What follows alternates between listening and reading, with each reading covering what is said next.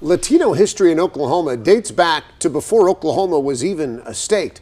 Early historical records show travelers came through in search of rumored cities of gold. In our project community tonight, Hispanic Heritage Month, KOCO's Alejandro Briones takes a look back at Latino history and what led to migration into Oklahoma.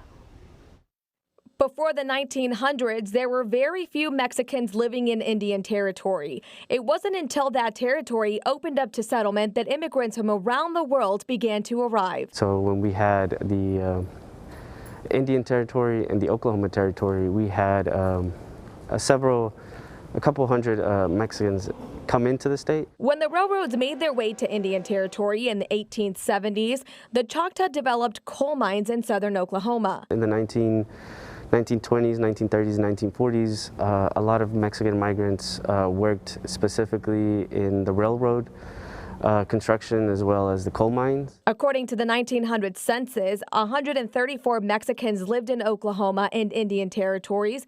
Then in 1910, the Mexican Revolution began. That caused a lot of the civilians to feel unsafe and in search of a better life. They chose to migrate north.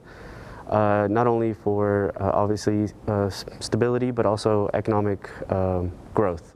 The Mexican Revolution also bringing conflict to the Catholic Church. In 1913, Pancho Villa led revolutionaries in the capture of the city of Torreon, where Spanish missionaries had settled in the 1500s. Instead of executing all the Spanish people, he just told them to leave Mexico. Those missionaries were welcomed by the Archdiocese of Oklahoma City, and by 1926, they founded La Florecita, or Little Flower Catholic Church, the church still standing today on South Walker. To follow this story from Spain to Mexico to Oklahoma, to the United States and then to Oklahoma, it's kind of one of those that like everything is related, even though you don't think it is. By the 1930s, the Mexican population had grown to more than 7,000, but it was in this time period when the U.S. was dealing with the Great Depression and the looming war. Immigration became extremely restricted.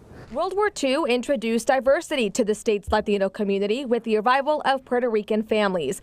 Thousands of Puerto Ricans served during the war. In 1950, Operation Bootstrap led many Puerto Rican families to seek opportunities in cities like Lawton, Midwest City, and Enid. Into the 1950s and 60s, migration picked up and continued to gradually grow. Early migration patterns consisted of mostly men coming to work. It wasn't until the 60s when more families started arriving. In the 80s, legal immigration really started to increase. As for other Latin communities, they trickle in very much at the same time. It's just that, for example, here in Oklahoma, the Mexican population kind of overshadowed a lot of that. For example, though most Cubans stayed in the East Coast, some did settle in Oklahoma, with about 300 of them living here in the late 60s.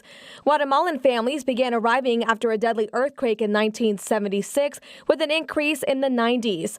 In recent decades, Oklahoma's Latino community has become more diverse. It's not necessarily like a Mexican community anymore. It's a Latino, it's a Hispanic community that includes everybody. Colombians, Peruvians, Venezuelans, Costa Ricans, Salvadorans, and many others now call Oklahoma home. The Latino community continues to grow, and the culture can be seen throughout the state. Alejandra Briones, KOCO 5 News.